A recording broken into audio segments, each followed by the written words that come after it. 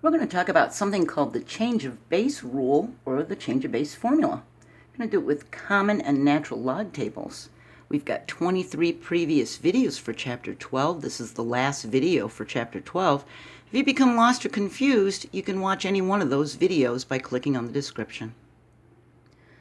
Well, so far we've used a calculator to approximate the value of common logarithms, those are base 10, and natural logarithms, it's a base e.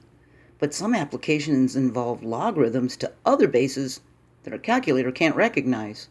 And using the change of base formula, or rule, we can change the base of a logarithm. And we can use this rule to find the logarithm of a number to any base using a table of common or natural logarithms. So here it is. Here's the change of base theorem, formula, or rule. For any bases a and b and any positive number m, log base b of m is going to equal the quotient of log base a of m and log base a of b. Now the a has to be greater than 0 and it can't equal 1, and the b has to be greater than 0 and it can't equal 1, and the m has to be greater than 0. Okay? That's the rule. So we can find log base 5 of 346. We can just change it to the quotient of log base 10 of 346 and log base 10 of 5. So it's common logs, right? We can use a calculator. If you don't know how to do this, you need to watch video 12.8b because I talked about using a calculator in a table, okay? So using a calculator, we would get 2.5391 divided by 0.6990. It's the value divided by that value, see? And when we do the division, we get approximately 3.6325. All right? So that's the common log. We can use the change of base to convert between common and natural logarithms. So if we have log base e of m, it could be the quotient of log base 10 of m and log base 10 of e. And log base 10 of m can be the quotient of log base e of m and log base e of 10. And abbreviating the logarithmic notation, we can say these in a theorem. Natural log m is equal to the quotient of log m and log e, and log m is equal to the quotient of natural log m and natural log 10. Using approximations, log e is approximately 0.4343, and the natural log 10 is approximately 2.3026, so that gives us this quotient of log m and 0.4343, and log m is approximately the natural log m and 2.3026. I hope you're not getting too confused here. Stick with me. We can use common base 10 logarithms to find the natural log 257. It's approximately the quotient of log 257 and log e, which is approximately, when we look this up or on the internet with a table that goes into the hundreds, or use our calculator, we get approximately 2.4099 and 0.4343, and when we do our division, we get approximately 5.5489. Now, changing a base to base 10 or to base e depends on your personal preference or what your teacher wants.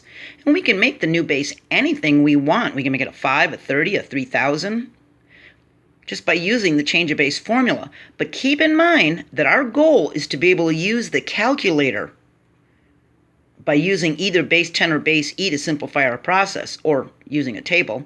That's our goal, okay? Now, if you don't have any tables, if you go to the JoAnn School Facebook page, I actually posted pictures of common log tables and the natural log tables, okay? Even has antilogs. And there's log tables online that go into the hundreds. All you have to do is search or Google common logarithm table or natural logarithm table, and then click on images.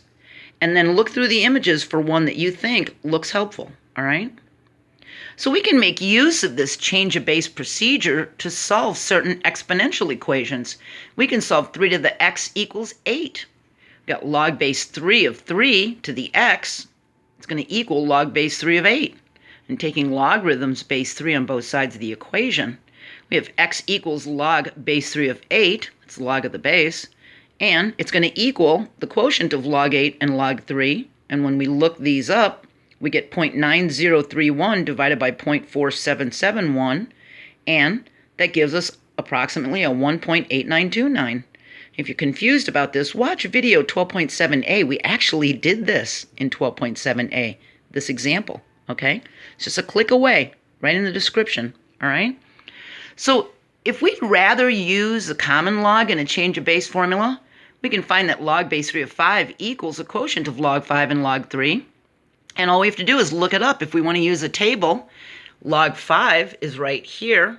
It's a 0.6990, and log 3 is a 0.4771. We do our division and get approximately 1.465.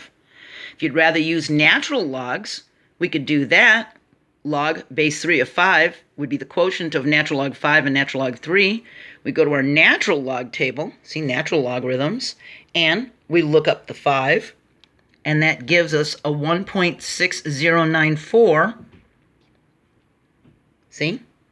And then we look up the 3, which is right here, 1.0986.